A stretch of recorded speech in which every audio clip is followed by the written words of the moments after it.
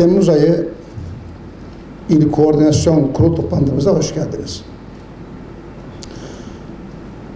299 projeye devletimiz 6 milyar 387 milyon TL para ayırmış. Ve bugüne kadar da bu ayrılan proje bedellerinin de 1,6 milyarı tamamlanmış, gerçekleşmiş. 2020 yılı itibariyle de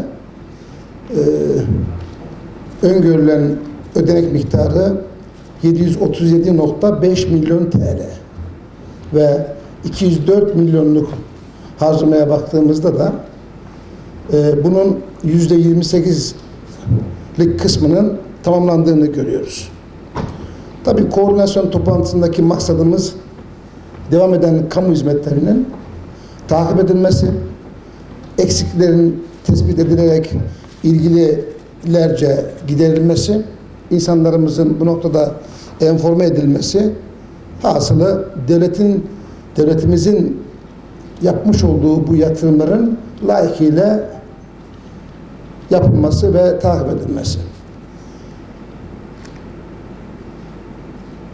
Burada benim söylemek istediğim husus şu: yani devletimiz bu özellikle son dönemdeki gerek pandemi gerekse ilimizin yaşamış olduğu 24 Ocak depremi dolayısıyla yaşamış olduğu sıkıntılar devam ediyorken zor şartlar altında insanlarımızın refahı için yaşadığı yerlerde en güzel hizmetlerin kendilerine sunulması için tahsis edilmiş bu miktar, bu rakamların ödeneğin amacına uygun bir şekilde yapılması, kamu kurumlarımızın amirlerinin, müdürlerinin, yetkililerinin bu projeleri yakından takip ederek zaman israfı yaşanmaksızın rasyonel, akla uygun ve devam eden süreçte hizmetlerdeki aksamayı zamanında fark ederek eş zamanlı, doğru zamanda bunu yakalayıp uygun olana tahvil etmesidir. Ve kamu görevlilerimizden bir ricam da şudur ki bu işlerin en güzeliyle yapılması, harcanan her kuruş liranın kendi cebimizden çıktığını bilerek, milletimizin sermayesi olduğunu bilerek hareket etmek,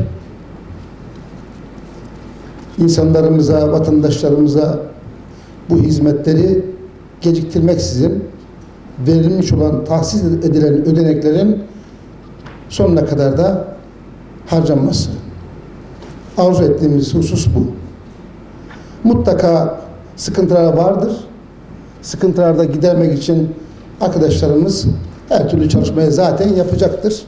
Yani burada bir eksik, aksak bir durum olduğunu zaten düşünmüyoruz.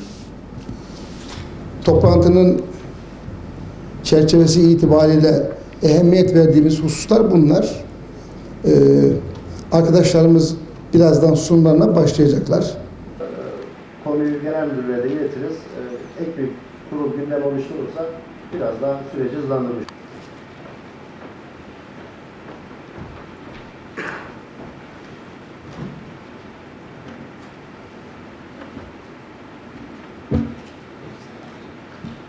Sayın Valim, Sayın Belediye Başkanı, Koordinasyon Kurulu'nun çok değerli üyeleri ve